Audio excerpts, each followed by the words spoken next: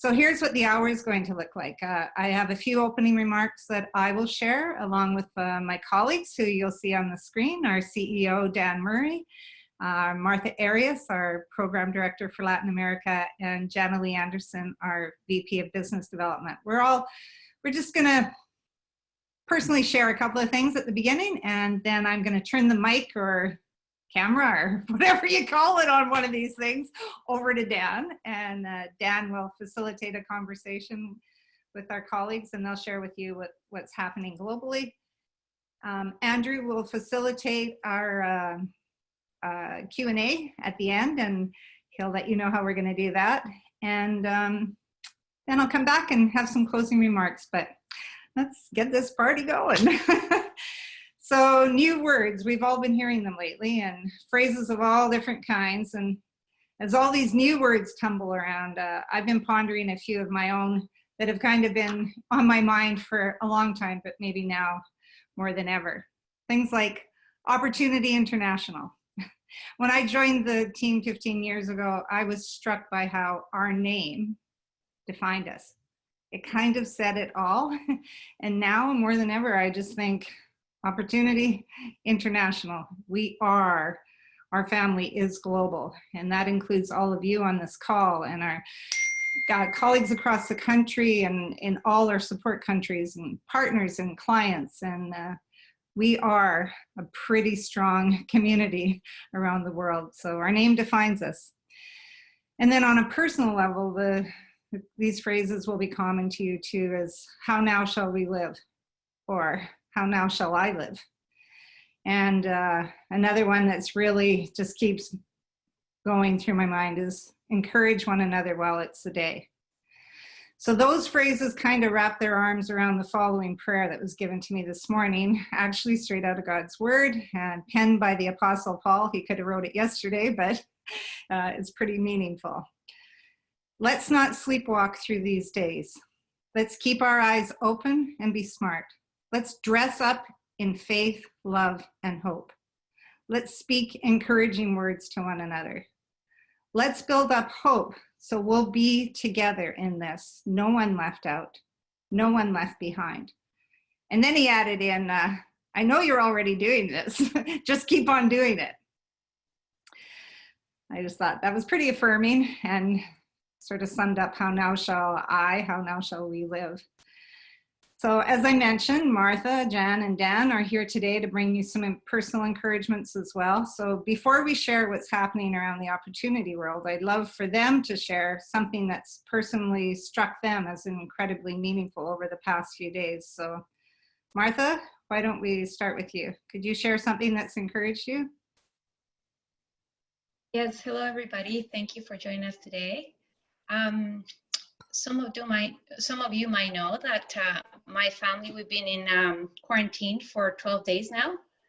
My son went to South America in an exchange and unfortunately was exposed to COVID-19, but thankfully no symptoms. But this experience of quarantine in our family, it's been a daily reminder of, the clients we serve around the world through opportunity. The sense of community that we built through trust groups, savings groups around the world, that community is what has saved us through these 12 days. Neighbors, friends, and people that we know have dropped off food by our door, baked goods, books to not be bored. And that sense of community just, makes me connect to our partners. I know that that's what is important at the end of the day. Another thing that this quarantine is really made me think about the importance of home-based work. Most of our clients are in desperate need of home-based work. And now I totally understand even more when I have 3 kids at home and, I feel blessed that I have the opportunity to work from home. And now I understand even more the importance of our clients having the capital to have a home-based work to be able to provide and be there for their families.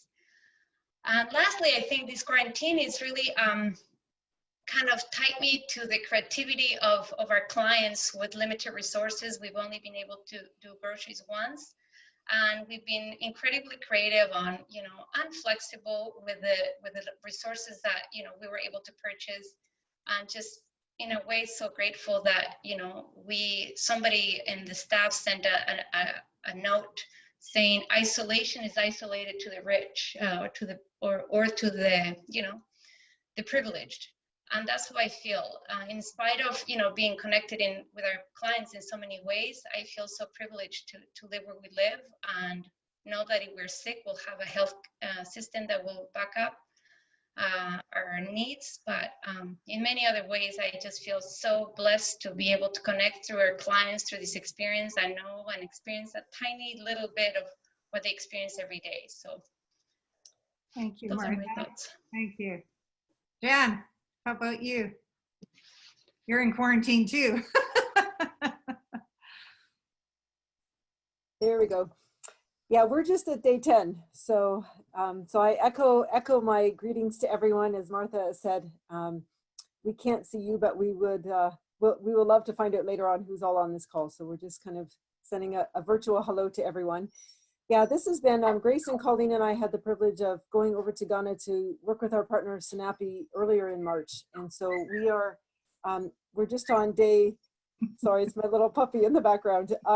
We're on day 10 of our quarantine. And so actually, I'm sorry about this. Let me let Theo out. And Dan, let me jump over to you and I'll pick up afterwards. I'm sorry. No problem, Jan. So, I mean, this is a bit of a family here. And so, you know, families have dogs, right? I'm just hoping my beagle doesn't start howling, because he usually does every time I get on the Zoom call. But, you know, we really do want to take this moment, less about transferring information right now, given, you know, we will certainly provide you with some information, but we just want to kind of hang out with our community and try to be a blessing to each other. To your question, Doris, there's so many things, you know, the thing that I find, one of the things I find really kind of inspiring is the humor that's out there in response to this. My kids are all millennials and they keep emailing me these memes, and you know, some of them just are side splitting. And so to me, it's an indication in the midst of some really trying times, how there is a joy, there is an ability to find even humor. And I know that, you know, I think it's part of the human condition to try and find that. And I just, to me, as it's been coming across my desk, I've been finding it actually somewhat encouraging, as well as all these other acts of kindness that people are doing, you know, musicians singing from their balconies. I mean, it's some of the best of humanity. And there's a real sense of community. You know, I was sharing with my team that we're part of a church that has a number of these kind of house churches, and you know, we're so busy. It's been hard to sort of engage with one, and I've kind of got my own group going anyway. But because of this new virtual world, we've joined a virtual house group, and we meet kind of Monday nights for an hour and a half. They're located in another city, but it's with friends of ours, and we've always sort of been jealous of their group. So in some ways, community has been forming in new and deeper ways because of the separation, which is a really ironic thing. So that's what I find really inspiring. Jan, do you have any, other than you get to be close to Theo? I know, I'm so sorry about that. Yeah, Theo has loved these quarantine days. I think all of our pets have, but what I was actually going to share is, because we've been quarantined, it's as Martha said, we've been really fortunate to be able to continue working from home. This morning I was on a Zoom call with our partners in Ghana because we're following up meetings that we didn't quite get to finish when we were over there. We needed to come home early. And so one of the things that they shared this morning, and Doris, I thought it linked perfectly to what you said as far as continue to encourage one another, is that at Sinapi Aba, and I know a lot of our implementing partners, they have staff devotions every morning. And so at Sinapi, at the head office, usually that's 75 or 100 people congregating in their main area.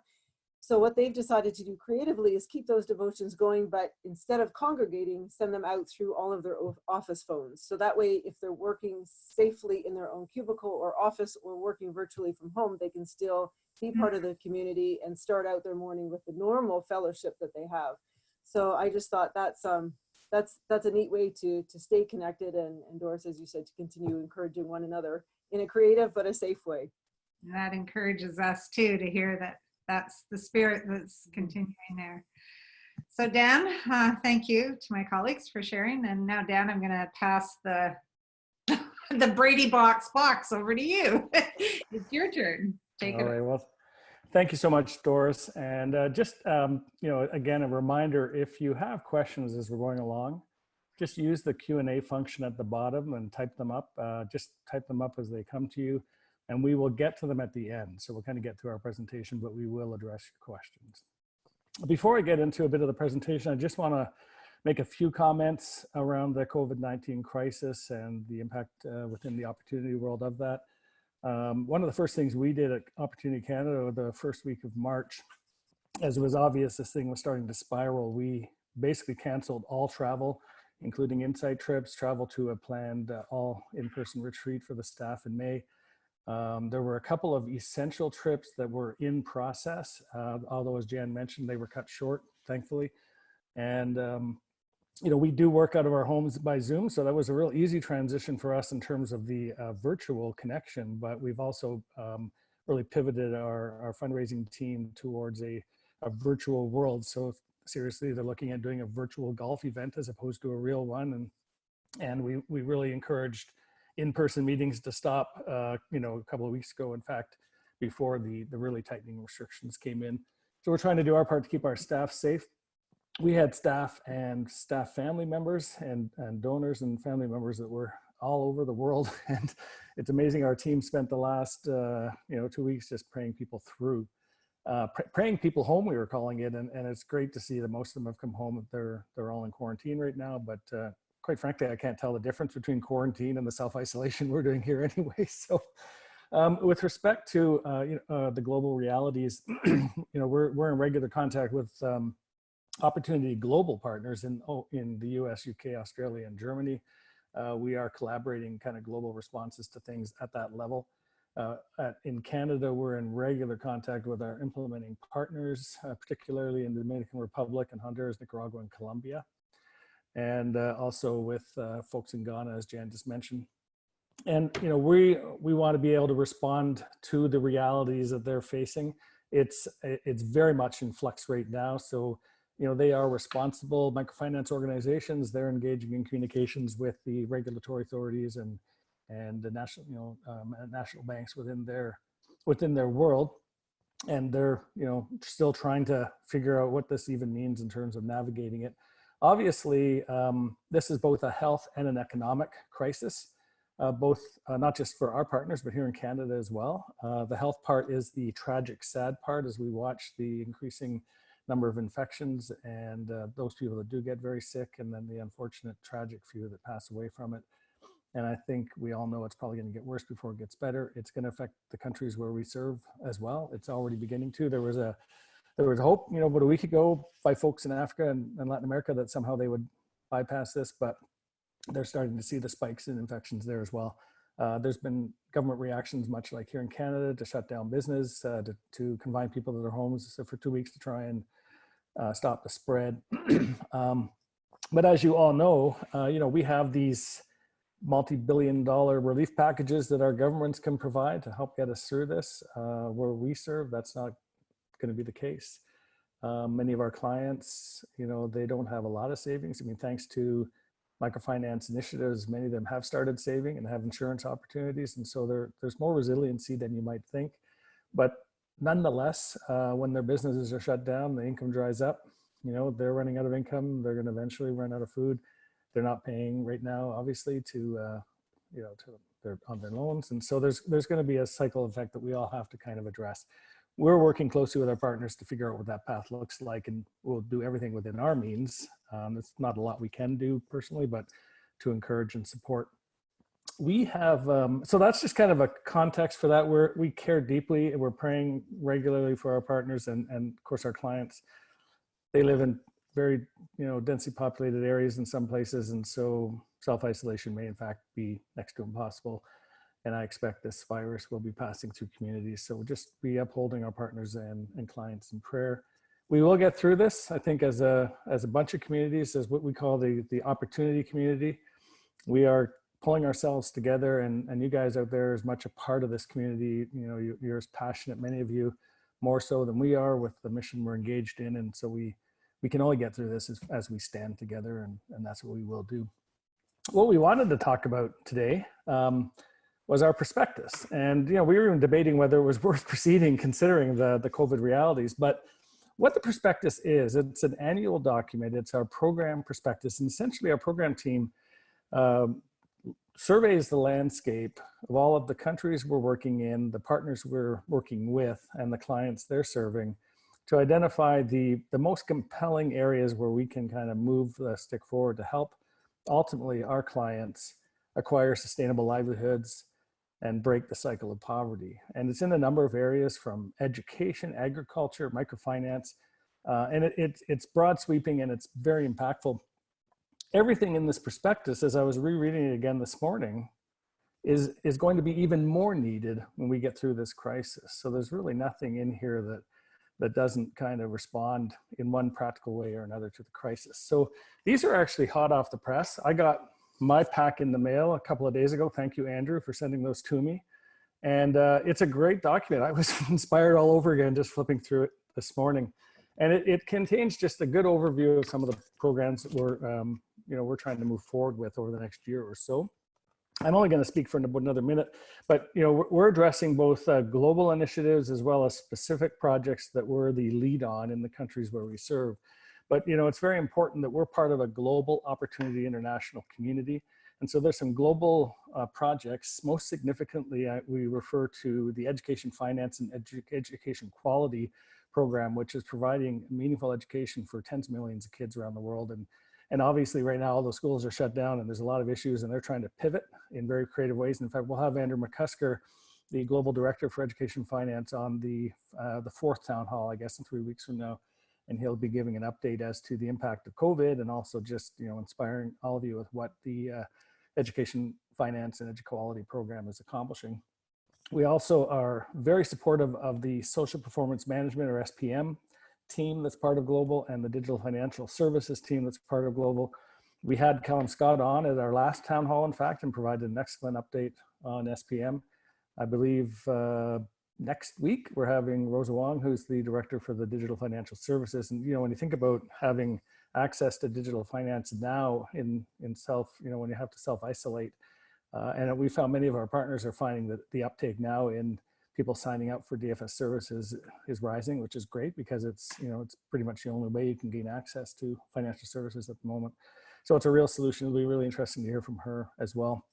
And then the whole area of health, we have a really great presentation coming up as well on that. So in here, there's some information about education finance, DFS, and SPM. And I know if anyone's interested in it, there are people that are going to get in touch with you and make copies available. And I believe there'll be a PDF version of it available as well. That's pretty much all I wanted to say in terms of contextualizing this. I would like to turn it over to Martha right now, who's going to give you a bit of an overview on some of the stuff we're doing in Latin America. Great. Well, thank you, Dan. I also was going through this prospectus document this morning, and what really jumped to my mind was that what will consistently be maintained through the projects that we have and will be doing are three very important things. The communities that we're building, the training that we're giving them, and the savings. So communities is something that we will be able to, once things get settled, we will be able to continue providing that sense of community through, for example, savings groups in Colombia. We're hoping to support savings groups that are a group of 15, 20 people that get together, pull their money together in savings, and they're able to lend that money out to the different members.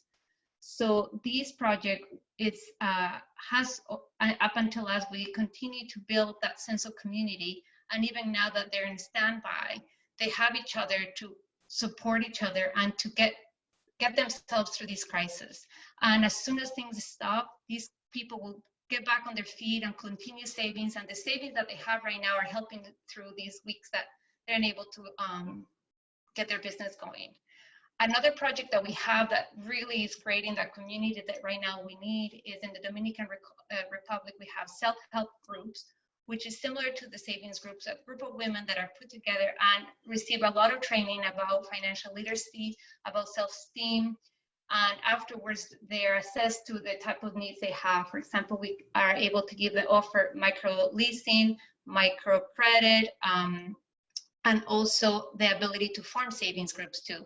So this is another program that I think really shows how different we are from other microfinance organizations, because we're allowing them to build that community that is desperately needed right now. And we continue to do trust groups in Nicaragua, which have a similar format. And I think these 3 projects that we are going to be raising funds this year are really going to be key to provide that support to all our clients. The second highlight that as I mentioned from this perspective is the training. The training is knowledge that our clients this is not going away. No matter if their business are stopping, their knowledge is there. The financial literacy training that we provide about savings, about the importance of budgeting, of managing the resources wisely, will always be there. So I believe opportunity is really equipping them with a knowledge and an asset that cannot be taken away no matter what crisis they face. So for example, our partner in Dominican Republic hopes to probably train approximately 30,000 people this year in financial literacy. And that will be key, a key component of how we're going to help our clients get out of these crises. Another training that I was really touched by, and I think we will probably be duplicating even more this year, is in Nicaragua. I was in Nicaragua in January. And as most of you know, Nicaragua has gone through almost 2 years of a social-political crisis. And when I was there, our partner shared with me that they have added a couple of training sessions to their curriculum. And one of them is about positive mindset and self-esteem, because after the social economic crisis they felt through, they found the clients had really lost their hope, and some of them needed really that support, that community support that we keep talking about, to basically lift them up. So they really focus an entire session on self-esteem and positive mindset. And I think these type of trainings are the type of trainings that we're really going to be benefiting a lot of our clients across the world. And and all our partners are providing financial literacy training, as I said, which will be really helpful. The third one is the savings component. The savings components we're providing through savings groups in Colombia and in the Dominican Republic. We will continue to support them, and that safety net that they're developing is going to really help them go through these difficult times. And one story that I just wrote in one of my latest Dominican Republic reports was, Andrew, could you put up the story of Noemi that I recently sent to you? If it's up, it's good. If not, I'll continue with it. But Noemi has 6 children. When I met her, all of them were home, and she mentioned to me that she used to make $4 a day, and to provide for all her 6 children. Her husband rides around a motor taxi that is kind of not always reliable, and probably not very reliable right now. And her business, thanks to a loan from our partner in the Dominican Republic, she's been able to make now $21 a day from the $4 a day that she used to make. And the boy on the left, the son on the left, he's actually had just broken the leg, and that's why they have the chair in front of them, because his leg is sitting on it. And when I asked her, like, what would have happened, before the loan, that the son would have broken the leg, she said, well, maybe we wouldn't have been able to eat because we would have had to be able to cover this. But now I have savings in Co-op Spire, which is our partner in the Dominican Republic. And now I know that I don't have to take away food from my children's mouth to be able to provide for this emergency. So this is just an example of the importance of the savings and the education we're giving our partners on how to manage their money, and always put some money aside for challenges like this and the one that we're currently living. So all this is to say that we are going to continue supporting savings groups in the following year, as well as the operations of partners like the Dominican Republic, who provide savings to our partners there. Another area that Dan already mentioned is technology. Our partner in the Dominican Republic is acquiring a brand new core banking system and new technology to basically reach all the unbanked. And as I'm talking to all our partners this week, 4 of them continue communication with them through WhatsApp and text, they all reassure me that technology has been a blessing in the sense that they have built community through WhatsApp by communicating to clients all the time and making sure they know that we're standing by them no matter what happens, that when things get settled, we will be there for them. So part of our prospectus project within the Dominican Republic is equipping our partners with the technology that would allow us to be there for our clients and provide them the best customer service we can. And they were just saying they were also sending WhatsApp messages about health prevention. They were sending WhatsApp messages letting them know that they can, how they can make payments and how can they basically overcome this current situation. So that's another big part of our prospectus, is supporting our Dominican partners with that technology. And obviously, we will continue, once things get settled, we will continue giving loans across the countries. And an example that I wanted to share with you, I just, in February, I traveled to Honduras. And this story is just, the many reasons once the situation settles, why we're gonna get back at it and continue to be with our clients. So Andrew, if you could please there we go. So when I was in Honduras this last trip, I met Luis. And Luis shared with me that he was a bus driver, and in Honduras, as you know, that we have a lot of issues with gangs, and the gangs basically take over neighborhoods where in order to enter those neighborhoods, you have to pay a tax for. And he was in his bus, and some gang members of this neighborhood asked him to pay the tax, the war tax. And he said he didn't have enough to pay them, so he basically was shot by the spine, and unfortunately, he lost the mobility of his legs. And he said to me, but you know what? I took advantage of the fact that I had to be in bed for over a year. So I decided to go on YouTube and learn how to fix cell phones. And I started fixing cell phones from my bed.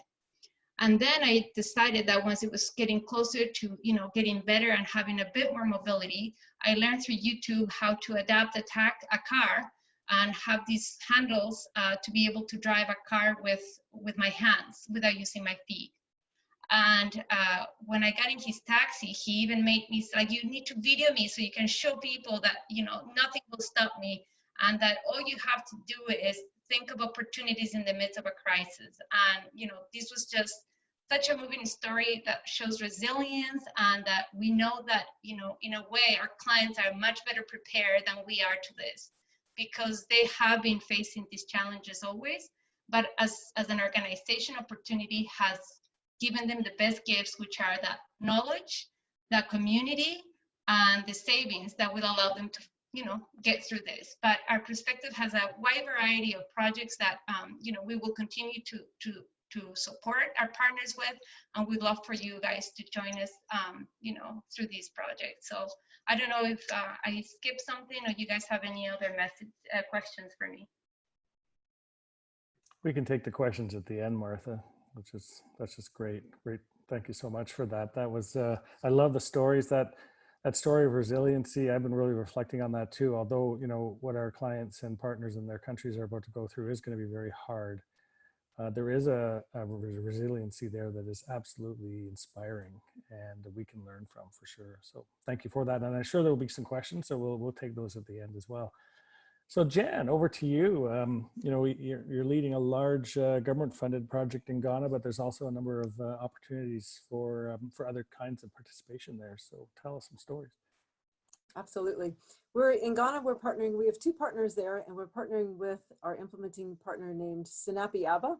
And in their local Twi language, Sinapi Aba means the mustard seed. And so for many of you that know the mustard seed, it's one of the smallest seeds, and it grows into one of the biggest trees. And so that's Sinapi's goal for their clients, that they help their clients start small and then grow into the business people that they dream to be. And Sinapi wants to be there and grow with them. And so the interesting thing about this project that we've been able to partner with them is it really is helping not only Sinapi grow, but also Sinapi help the clients grow, because it's focused on the target market that we would call SME, so small and medium-sized enterprise.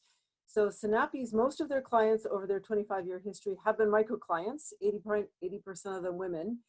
And at this point, they're saying, well, how can we grow with our clients? How can we grow them up the continuum? And so this looks at taking micro clients to individual clients, to small clients, to medium enterprise. And so the goal at the end of the project is 20 million or 20,000, sorry, we'll not get ahead of ourselves, but 20,000 SME level clients, and then impacting their family members and creating 50,000 jobs. And it's a two-pronged approach to poverty. As you know, Opportunity, our core focus has always been supporting entrepreneurs. And so we will always do that. And this project does that. But as we know in Canada, not everyone is an entrepreneur. And so if we're an entrepreneur, microfinance is great for you. But for the rest of us, we also need jobs somehow also. And so if we can support a microfinance client to grow up to a small and medium enterprise level client, as their businesses grow, they need to hire others. And so this two-pronged approach, first of all, supports the SME client, and then indirectly creates and sustains jobs. And so that's the second pronged approach that we're looking at here with this. So the aspects of this project with the Canadian government include getting out additional loans, and we'll circle back to that topic and link it into Latin America as well. So loans, definitely giving a lot more training to our clients and our staff. As you can imagine, just like in Canadian businesses, running a micro client business is very different than a small and medium enterprise. So we need to make sure that our staff, and especially our relationship and loan officers, are equipped at the SME level to make safe loan choices and to be able to follow up appropriately. And then also that our clients can handle it. SME loans are a little bit bigger. They're for a longer time frame. And so we just want to make sure that we're working with our clients responsibly. So training is a really big and important component to this project. We're also doing research projects and working with Opportunity US and their knowledge management department with this component. And then finally, we've had the privilege of doing a lot of pilot projects through this project with Sinapi over the years. As Martha has mentioned, we've been able to help expand Sinapi's digital finance services, so DFS, and this is a time that they're ramping up right now. They launched Sinapi Mobile last year, and so we were just on a Zoom call this morning with our partners over there saying, let's change our fourth research project. It was going to be human-centered design. That is still important, but right now we need to make it more action-focused, and we're really actually pivoting. It was going to be about DFS. It still will be about DFS, but we're pivoting and saying, how can we actually help Sinapi ramp up and reach more of their clients through DFS faster and learn from that and apply that in the next couple of months. So that pilot is happening in real time. A couple of other things we've been able to do with Sinapi are financial inclusion conferences for women and a mentorship pilot. And so this may not sound overly innovative to our Canadian ears, but in Africa, it's very innovative from the perspective that typically our clientele don't get invited to conferences or mentorships. And so I've had the privilege of attending a couple of these SME women's conferences, and the women come literally dressed to the hilt.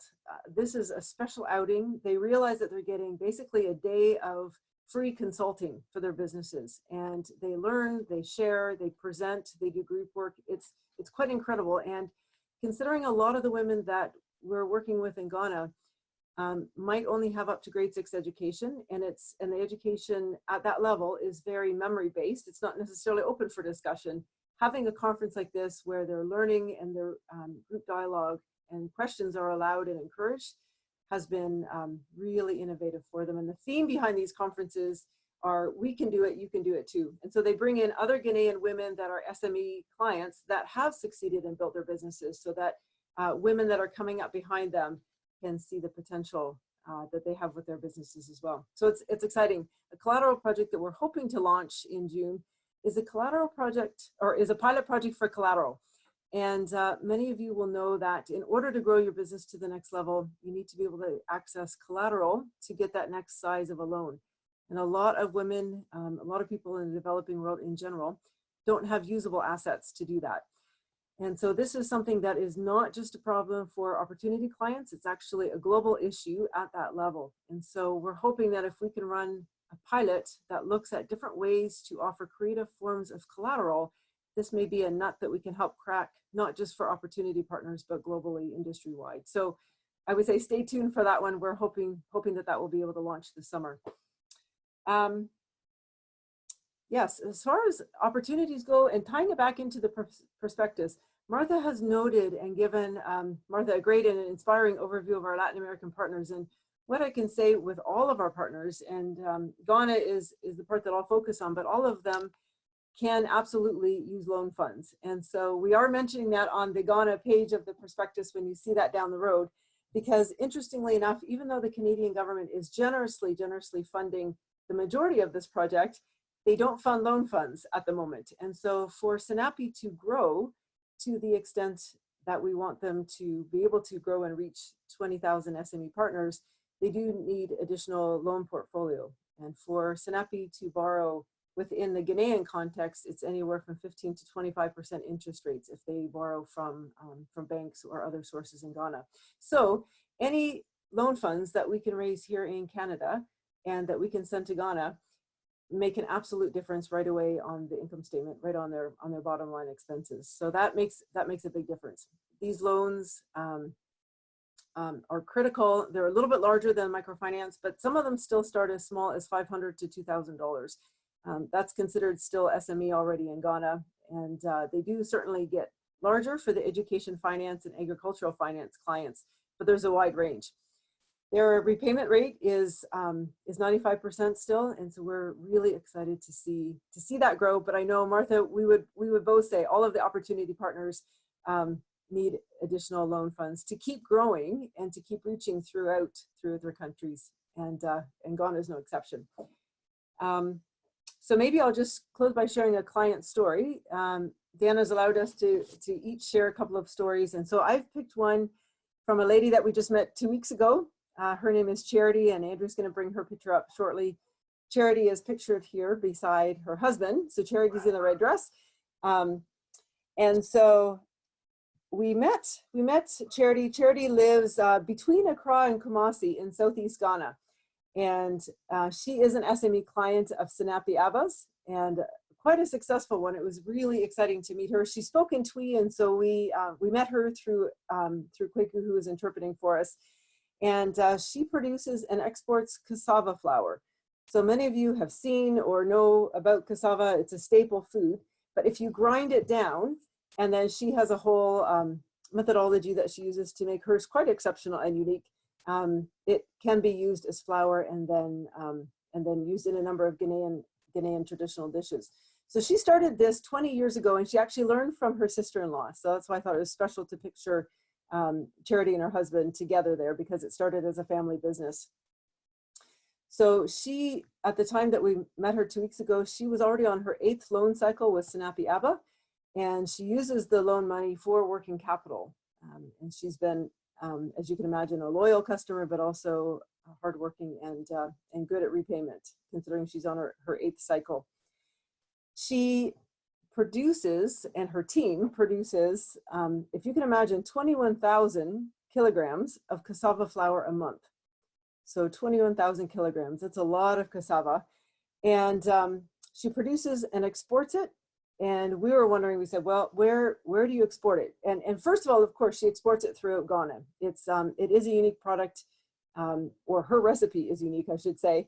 And so then she was excited to not only show us her whole processing plant, and I think Andrew has the next photo to show kind of the floor of her processing plant.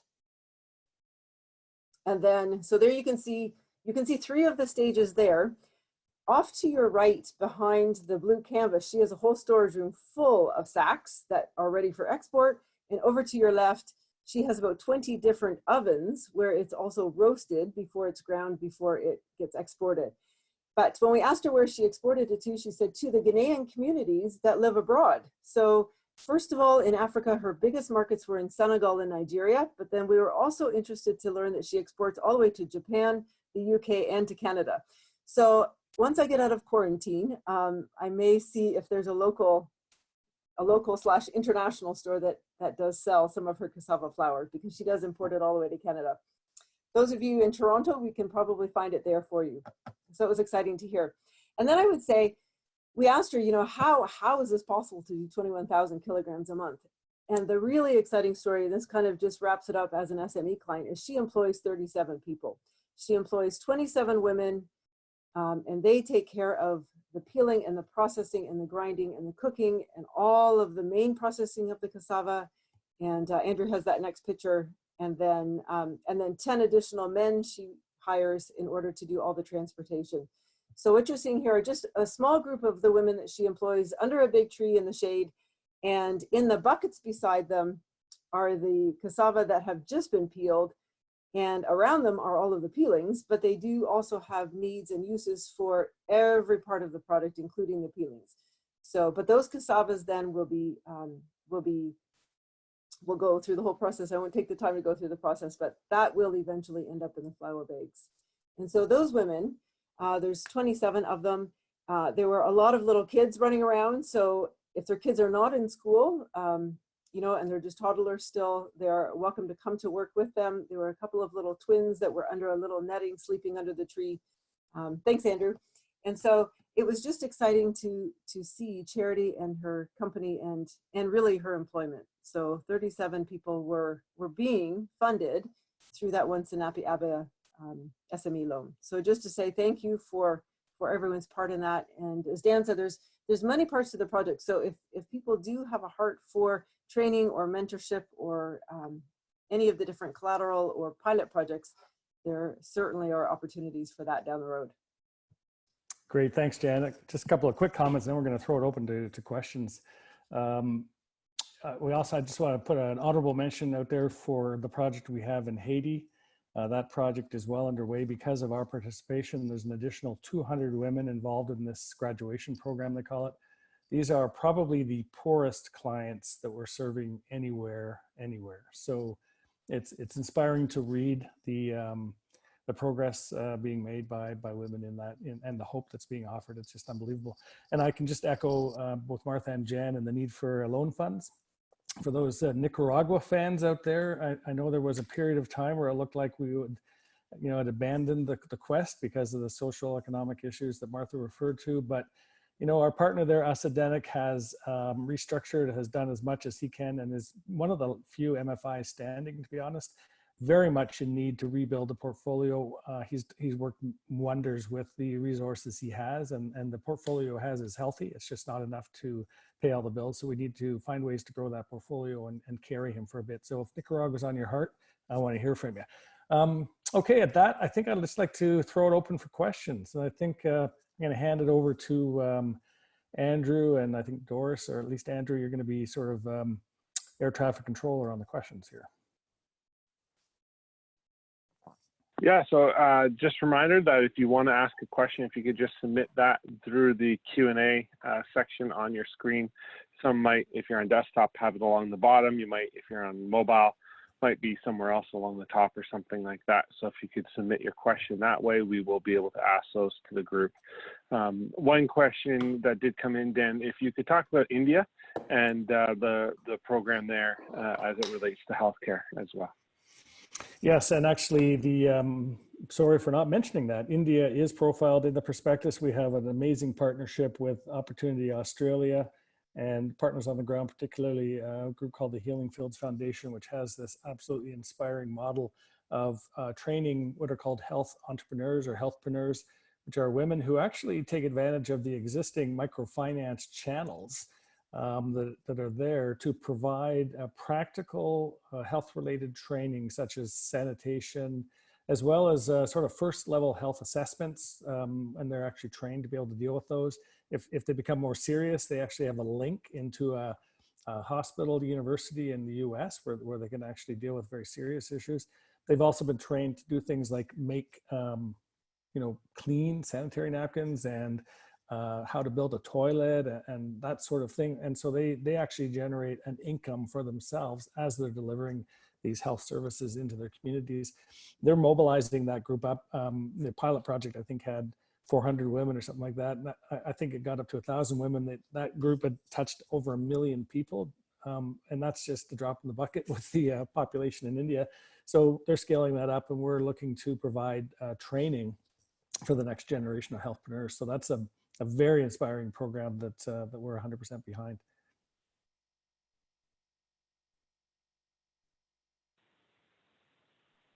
Wonderful. And we do want to make a mention that Jessica Carter, who does head that program in India, will be our speaker on April 7th, which is World Health Day, to talk about that program. So I hope you can join us for the webinar on April 7th there. So we do have a question. Doris, this is for you. What are your thoughts on the fundraising projections and what we can start considering and praying about as donors? Oops, I just lost. Okay, am I unmuted? Okay. Well, first of all, I just want to say an incredible thank you, because even in these days, we have had some gifts come in.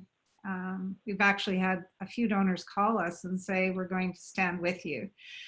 And but on the same hand, we've also all agreed around this table and our larger Canadian table, we want to honor all of our donors, and there are some that are not going to be able to stand with us right now because they need to take care of their families and they need to take care of their community. And we bless you and liberate you in that regard. We know you'll be back. We'll all be back, but we want to say thank you for having supported us. And just stay with us, pray with us, stay in touch with us. If you can't give right now, that's okay. We just need to stay together. We need to stick together as a community. And if you can give right now, then do give.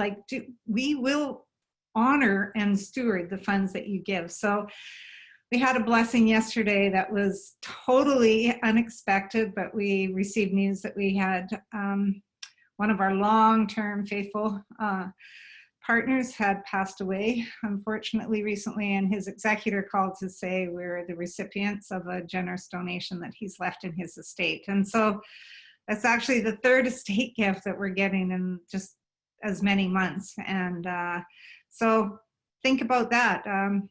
It's okay to think about your mortality and your legacy right now. So if you can keep giving, that's great. If you need to defer, don't leave us, stay with us. We want you to be in this with us, and we're going to be creative. We're going to find ways for you to engage, whether it's through a book club or an art event or an online golf event, or we're gonna have our home gatherings, our executive gatherings online. We wanna make those hope-filled and inspiring, and let's stay in this together. So long answer, but don't leave us. Stay with us. We're in this together.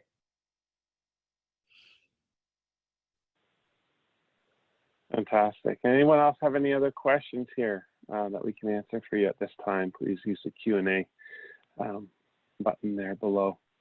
While we are waiting for the questions to come in, do want to remind everyone that we do have calls coming on April 1st next week with Rosa Wang on the digital financial services. Jan mentioned a couple times DFS, that's what it means, digital financial services. So those are our projects there.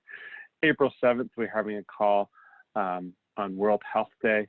April the 16th, we are going to be talking about going deeper on our education and what's going on with our educational programs. And then June 17th, we'll be able to get talking about what it means going a little bit deeper on what's going on at Opportunity Canada. And hopefully at that time, we'll have our annual report, which we'll be able to share with you and our results of 2019.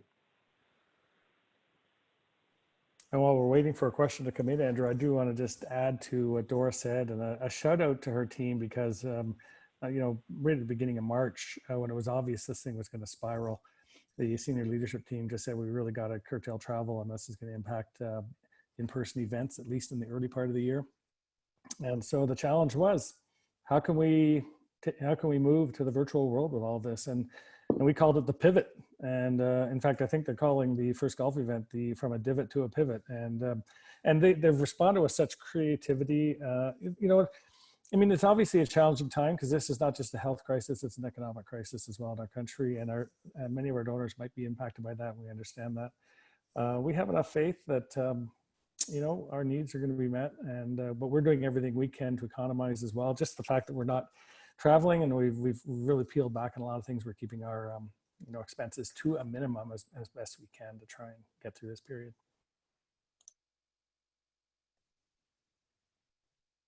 So Andrew, are there any more questions before we call it a wrap? Don't think so. It doesn't look like we have any other questions here. Well, thank you, friends. And hopefully we'll see you on the next upcoming webinars. I just want to close with some more of Paul's words from that very same book that I read this morning. It's actually 1 Thessalonians 5, if you're interested. And it is like for today. Let's honor those leaders who are working hard, those in authority over us, the healthcare leaders. Let's honor the leaders all over the world that are working hard. Let's overwhelm them with appreciation and love. And let's get along among ourselves, each of us doing our part. These aren't easy times, we acknowledge that.